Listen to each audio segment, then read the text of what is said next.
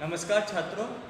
एक बार फिर से आपका स्वागत है। हमने पिछले वीडियो में लॉर्ड लिटन के कार्यों के बारे में चर्चा की थी। उन्हीं को आगे बढ़ाते हुए हम इस विषय को जारी रखते हैं। हमने पिछली वीडियो में चर्चा की थी कि 1877 में उसने ब्रिटेन की महारानी को उपाधि देने के लिए दिल्ली दरबार का आयोजन किया था, जिसमें करोड़ों रुपए का व्यय किया गया था। ऐसे समय में जब भारत में अकाल से लोग ग्रसित थे और भूखों मर रहे थे, ऐसी स्थिति में उसका यह कार्य किसी प्रकार से भारत के लोगों के लिए गले उतरने के लिए वाली बात नहीं थी।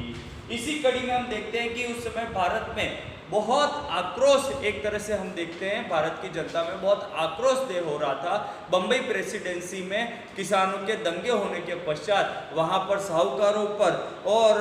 वहां के लोगों पर एक डकैतियां हो रही थी, वहां पर लूट मार हो रही थी। लोगों के मन में बहुत आक्रोश फैल रहा था और उस समय जो भारत के समाचार पत्र थे वह इस आक्रोश को अपने अखबारों में जगह दे रहे थे और खुलकर सरकार की निंदा कर रहे थे। तो ऐसे जो राजद्रोही लेख, क्योंकि सरकार के लिए वो राजद्रोही लेख थे, इन लेखों को दबाने के लिए सरकार बहुत चिंतित हुई और उन्होंने लॉर्ड लिटन ने 1878 मार्च में एक अधिनियम बना दिया, भारतीय भाषा समाचार पत्र अधिनियम, जिसके द्वारा इन भारतीय समाचार पत्रों में को नियंत्रण में रखने के लिए, इनमें छपने वाले उन लेखों को रोकने के लिए एक कानून बनाया गया, जिसमें यह लिखा हुआ था कि वह जनता में सरकार के प्रति असंतोष और अलग अलग लोगों को घृणा फैलाने वाले लेख छापने से पहले उन्हें उसका प्रूफ सरकार को दिखाना पड़ता था। सरकार उनसे बॉन्ड भरवाएगी और अगर कोई समाचार पत्र फिर भी ऐसा कार्य करता है तो उसकी जमानत जब्त करके उसके छापाखाने को बंद किया जा सकता था। इस प्रकार इस अधिनियम के द्वारा भारत के समाचार पत्रों को सरकारी नियंत्रण में लाने की कोशिश की गई। 1871 में ही एक और 11वें अधिनियम के द्वारा एक और कानून बनाया गया, जिसको भारतीय शस्त्र अधिनियम कहा जाता है। इस अधिनियम के द्वारा भारतीयों के लिए बिना लाइसेंस शस्त्र रखना, उसका व्यापार करने पर रोक लगा दी गई और ऐसा करने पर उनको 3 वर्ष के दंड की प्रावधान इसमें रखा गया और यदि कोई व्यक्ति इसको छुपाता है तो 7 वर्ष के दंड का प्रावधान इस अधिनियम के द्वारा रखा गया। इसमें यह छूट रखी गई कि जो भारत के यूरोपियन से, एंग्लो इंडियन से और उच्च पदों के अधिकारी है वो इस दायरे से बाहर आएंगे, यानी भारतीयों और विदेशियों के बीच में एक लकीर खींच दी गई।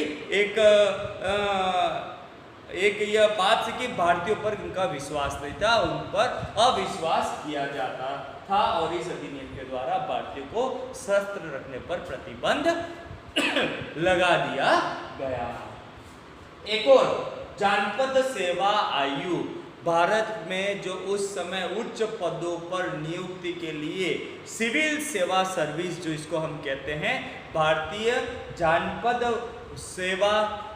के लिए जो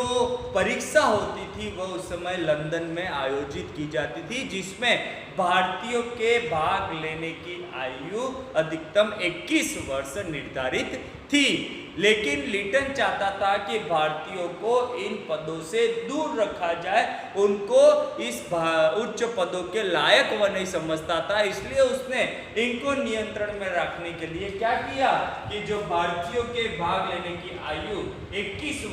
वर्ष थी उसको घटाकर 19 वर्ष कर दिया। उस जमाने में 19 वर्ष के व्यक्ति के लिए, एक बालक के लिए लंदन जाकर परीक्षा देना एक बहुत बड़ी चुनौती थी, इसलिए उसको रोकने के लिए लॉर्ड लिटन ने इस आयु को घटाकर 19 वर्ष कर दिया। द्वितीय अफगान युद्ध, लॉर्ड लिटन के जीवन में वायसराय के पद पर रहते हुए एक और घटना जो थी वह था द्वितीय अफगान युद्ध। जो अफगान युद्ध एक मूर्खतापूर्ण युद्ध कहा जाता है, लिटन ने अफगानों के साथ एक युद्ध छेड़ दिया गया था और इसका यह प्रयास पूरी तरह से असफल रहा था और इस युद्ध के द्वारा उसने हजारों लोगों की जान और हजारों लाखों करोड़ों रुपए उसने इस युद्ध में व्यय कर दिया, जिसका कोई परिणाम प्राप्त नहीं हुआ। अंततोगत्वा कुल मिलाकर जो चर्चा हम यहाँ पर कर रहे हैं उस चर्चा का अगर हम मूल्यांकन करें तो यह मूल्यांकन हमें देखता है कि लॉर्ड लिटन और लॉर्ड कर्जन ये दो ऐसे व्यक्ति वायसराय के रूप में हमारे सामने आते हैं जिन्होंने भारत में रहकर भारतीयों को हानि पहुंचाने का काम किया। इन लोगों का जैसा कि